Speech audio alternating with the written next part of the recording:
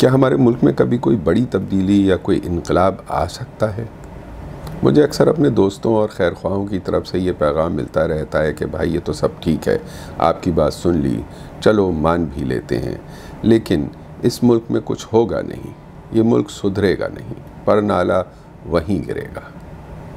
اگرچہ یہ عالم مایوسی کا دیکھا نہ جائے ہے، مگر اگر اتنی مایوسی اور نا امیدی ہے تو اس کی شاید کچھ وجہ بھی ہوگی۔ آئیے دیکھتے ہیں کہ پھر ہم کیا کریں۔ ویسے تو ہم اقبال کی بانگ درا کی مشہور نظم کے یہ شعر بھی اس کے جواب میں پڑھ سکتے ہیں کہ ہے تیرے گلستان میں بھی فصل خزاں کا دور، خالی ہے جیب گل زر کامل عیار سے، شاخ بریدہ سے سبق اندوز ہو کہ تو نہ آشنا ہے قاعدہ روزگار سے، ملت کے ساتھ رابطہ استوار رکھ، پیوستہ رہ شجر سے امید بہار رکھ۔ لیکن یہ سچ ہے کہ آج سے 85 سال پہلے ہمارے بزرگ جو خواب لے کر اٹھے تھے وہ اس ملک کو 75 سال ہوئے قائم ہونے کے بعد بھی پورا نہیں ہو سکا ہے۔ تو کیا یہ کبھی پورا نہیں ہوگا؟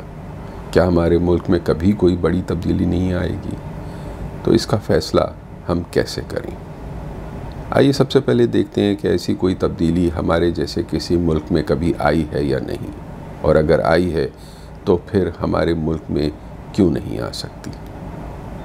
اور پھر بھی کوئی کہے کہ میں نہ مانوں تو ہم کہہ سکتے ہیں کہ کچھ تو لوگ کہیں گے، لوگوں کا کام ہے کہنا، چھوڑو بیکار کی باتوں میں بیت نہ جائے رہنا۔ جدید تاریخ میں اب تک مختلف ملکوں اور معاشروں میں بڑی تبدیلیاں صرف 2 یا 3 طریقوں سے ہی آئی ہیں۔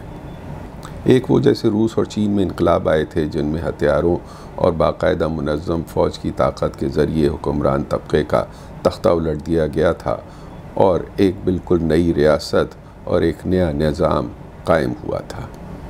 دوسرے اس سے پہلے فرانس میں انقلاب آیا تھا اور حالیہ دور میں ایران میں انقلاب آیا۔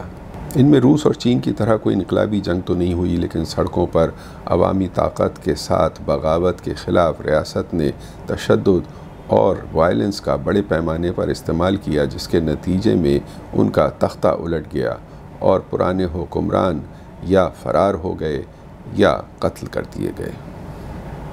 ان دونوں راستوں کو ہم تھوڑے بہت فرق کے ساتھ ایک ہی قسم یعنی وائلنٹ ریولوشنز میں شمار کر سکتے ہیں۔ یہ حقیقت ہے کہ پاکستان نہ تو اس وائلنٹ راستے کے لیے تیار ہے اور نہ یہ ہماری طویل سیاسی روایت کا حصہ ہے، اور نہ ہی آج یہ راستہ پاکستان میں ممکن ہے۔ آج سے 75 سال پہلے پاکستان کے قیام کی تحریک بھی کچھ دوسرے بیرونی عوامل کے ساتھ قائد اعظم محمد علی جناح کی قیادت میں ایک سیاسی اور آئینی جدوجہد کے نتیجے میں کامیاب ہوئی تھی اور پاکستان وجود میں آیا تھا، اور یقیناً آئندہ بھی کوئی بنیادی تبدیلی ایسی ہی کسی سیاسی لڑائی کے نتیجے میں آئے گی۔ اب چونکہ اندرونی اور بیرونی حالات بہت مختلف ہیں، اس لیے یہ لڑائی بہت لمبی ہوگی۔ معاشرے میں بڑی تبدیلیوں کا دوسرا راستہ ہم نے حال ہی میں کچھ ملکوں میں دیکھا ہے۔ شاید کچھ لوگوں کو یہ ایک روایتی انقلاب نظر نہ آئے، لیکن ان کے معاشرے میں عام لوگوں کے حالات میں آنے والی اتنی بڑی تبدیلی کو ایک نوعیت کے انقلاب سے ہی تعبیر کیا جا سکتا ہے۔ اس فہرست میں نام تو کئی ملکوں کے ہیں۔ ان میں جنوبی کوریا ہے، ہانگ کانگ اور تائیوان ہے، سنگاپور اور دبئی ہے، تھائی لینڈ اور انڈونیشیا اور ملیشیا ہیں۔ ان کے علاوہ جنوبی امریکہ میں اور افریقہ میں کچھ ممالک ہیں۔ شاید آپ میں سے کچھ لوگوں کو یہ سن کر تعجب ہو کہ یہ سب ملک 1950-1960 کی دہائی تک اور ان میں سے کچھ بعد تک بھی پاکستان سے کم ترقی یافتہ اور زیادہ خستہ حال تھے۔ یہ بھی ہمارے ملک جیسے ہی حالات اور دشواریوں کا شکار تھے۔ ان کے معاشرے میں بھی سیاسی انتشار تھا، انسٹیبلٹی تھی، کرپشن تھی، عام لوگوں میں غربت تھی، اور یہ ملک بھی فوجی بغاوتوں اور مارشل لاء کے عذاب میں گرفتار تھے۔ چلے ہم بہت دور نہیں جاتے، کوریا، تائیوان، ہانگ کانگ اور سنگاپور کو چھوڑ دیتے ہیں، ملائیشیا اور انڈونیشیا کی مثال لیتے ہیں۔ یہ بھی ہمارے جیسے مسلمان ملک ہیں۔ ملائیشیا 1970 کی دہائی تک پاکستان سے بہت پیچھے تھا۔ وہاں بھی ہماری طرح علاقائی تعصب اور نسلی فسادات تھے۔ وہاں بھی ہمارے ملک کی طرح الیکشن کے بعد دھاندلی کے الزامات لگتے تھے، انتخابات کے نتائج کو ماننے سے انکار کیا جاتا تھا، سڑکوں پر فسادات ہوتے تھے، کرفیو لگتے تھے۔ غرض یہ کہ وہ سب کچھ ہوتا تھا جو آج بھی ہمارے ہاں ہو رہا ہے۔ فرق صرف یہ ہے کہ اس وقت پاکستان کی معیشت ان سے آگے تھی، ہمارے ملک کا انفراسٹرکچر زیادہ ڈیولپ تھا، ہمارے تعلیمی، سیاسی اور ریاستی انتظام کے ادارے ان سے زیادہ طویل روایات کے مالک تھے۔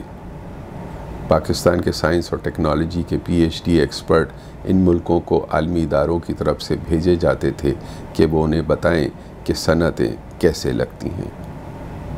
تو پھر کیا معجزہ ہو گیا؟ وہاں کون سی آسمانی نعمت اتر آئی، کون سی جادو کی چھڑی گھما دی گئی؟ یہ کون سا انقلاب آ گیا کہ ہم آج کوالالمپور، پترا جایا اور پینانگ کے شہروں میں جا کر ان کی صفائی ستھرائی اور فلک بوس عمارتوں کو دیکھ کر حیران ہوتے ہیں اور اپنے بچوں کو وہاں کی سیاحت کرانے کے لیے لے کر جاتے ہیں۔ ان کے شہروں کے انتظام کی خوبی دیکھ کر ان پر رشک کرتے ہیں۔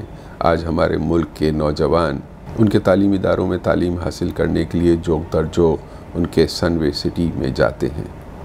وہاں ہمارے ملک سے زیادہ عورتیں حجاب میں نظر آتی ہیں، لیکن ہمارے ملک کے کچھ روشن خیال مذہبی اسکالر ہمارے ملک کی تنگ نظری اور انٹالرنس سے جان بچا کر وہاں جا کر پناہ لیتے ہیں۔ ایسا کیوں ہوا؟ ایسا اس لیے ہوا کہ وہاں 1970 کی دہائی میں مہاتیر محمد جیسا ایک لیڈر آیا تھا جس کے اجداد کوئی 1.5 صدی پہلے اسی خطے سے ہجرت کر کے ملایا گئے تھے۔ اس نے اپنی قوم کو ایک نئی سیاسی پارٹی امنو میں ایک پروگرام کے تحت متحد کیا تھا، جو وہاں دوسری سیاسی پارٹیوں کو یہ سمجھانے میں کامیاب ہوا تھا کہ ایک چھوٹی سی روٹی پر لڑنے کے بجائے سب مل کر اس روٹی کا سائز بڑھاتے ہیں۔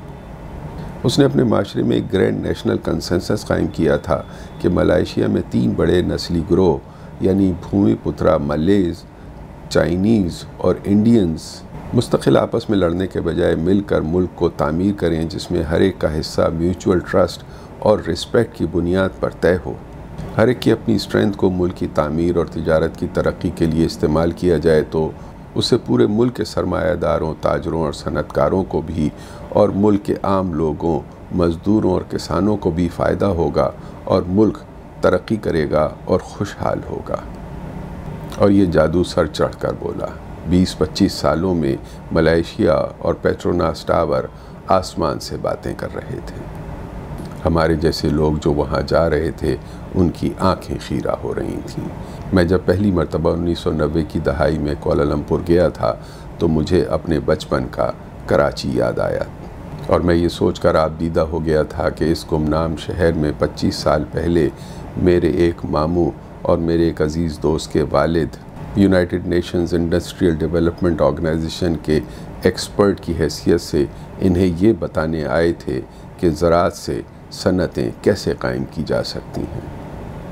کیا میری نسل کے لوگوں نے اپنی آنکھوں کے سامنے سنگاپور، بینکاک، تائیوان اور کوالالمپور کو کچی بستیوں کی جھوپڑیوں والے شہر سے آسمان کی طرف بلند ہوتے ہوئے نہیں دیکھا ہے؟ کیا ہم نے کراچی شہر کو چمکتی اور روزانہ دھلتی ہوئی سڑکوں کے شہر سے، جہاں انہی آج کے ترقی یافتہ ملکوں کے لوگ تعلیم اور سیاحت کے لیے آتے تھے اور ہمارے شہر کو حسرت کی نظر سے دیکھتے تھے، آج ٹوٹی ہوئی سڑکوں اور کوڑے سے اٹے ہوئے شہر میں تبدیل ہوتے نہیں دیکھا ہے؟ اگر یہ کوئی بہت بڑا روایتی انقلاب نہیں بھی ہے تو بھی ملائیشیا اور انڈونیشیا کے عام لوگوں کی زندگی میں جو بہتری اور تبدیلی آئی ہے، جو تبدیلی تھائی لینڈ اور سنگاپور میں آ سکتی ہے، جو ایران میں آ سکتی ہے، جو چین اور روس میں آ سکتی ہے، جو اس سے پہلے برطانیہ، فرانس اور جرمنی میں آ سکتی ہے، تو صرف پاکستان ہی دنیا میں ایک ایسا انوکھا ملک کیوں ہے جس میں یہ تبدیلی نہیں آ سکتی؟ یا ہمیں کسی نے اچھی طرح یہ پٹی پڑھائی ہے اور آج بھی پڑھا رہا ہے؟ یہ سبق ہماری گھٹی میں بٹھا دیا گیا ہے کہ بس یہ تمہارا ملک ہے جہاں یہ تبدیلی نہیں آ سکتی۔ تم اس کی امید رکھنے والوں اور اس کی کوشش کرنے والوں پر تنقید کرتے رہو اور شاباش، بس ان کی ٹانگیں کھینچتے رہو۔ اس کائنات میں ہر وقت تبدیلی آ رہی ہے۔ The only thing that remains unchanged is the law of change. Iqbal نے کہا تھا یہ کائنات ابھی ناتمام ہے شاید کہ آ رہی ہے دم دم صدائے کن فیکن، اور سکون محال ہے قدرت کے کارخانے میں ثبات ایک تغیر کو ہے زمانے میں۔ انسانی معاشرے بھی لیونگ آرگینزمز کی طرح ایک جگہ جامد نہیں رہتے، یا وہ ترقی کرتے ہیں، گرو کرتے ہیں، بہتر ہوتے ہیں، یا وہ پستی کی طرف جاتے ہیں، ڈیکے ہوتے ہیں اور ختم بھی ہو جاتے ہیں۔ اور گریک میتھالوجی کے مشہور فینکس پرندے کی طرح اپنا آخری درد بھرا راگ، اپنا آخری سوز، اپنا آخری نوحہ گا کر اپنی ہی آگ میں جل کر راکھ ہو جاتے ہیں، اور اس کے بعد نئے چمکدار پروں کے ساتھ ایک نیا جنم لیتے ہیں، ایک نئی زندگی شروع کرتے ہیں۔ قومیں بھی ایسا ہی کرتی ہیں۔ آج بڑے عرصے کے بعد پاکستان کے نوجوان ایسا ہی کرنے کی کوشش کرتے نظر آ رہے ہیں۔ اب آپ سائیڈ میں کھڑے ہو کر ان پر دسیوں جائز یا ناجائز اعتراضات کی بوچھاڑ کر سکتے ہیں، ان پر آوازیں کس سکتے ہیں، ان کی کمزوریوں پر تانے مار سکتے ہیں، ان پر پتھر پھینک سکتے ہیں، یا ان کو مایوس اور نا امید کرنے میں مصروف ہو سکتے ہیں، یا ان کی آواز میں آواز ملا کر ایک نیا پاکستان بنانے میں اپنے حصے کا ایک دیا جلا سکتے ہیں۔